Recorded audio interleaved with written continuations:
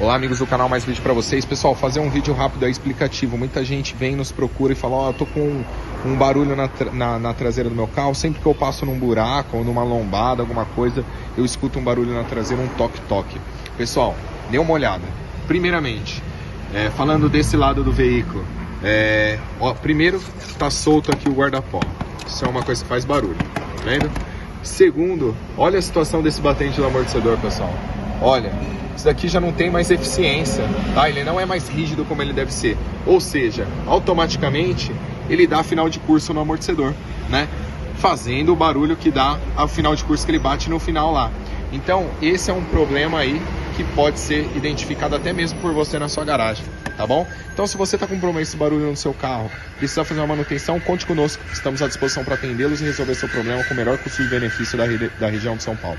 Um abraço e até o próximo vídeo.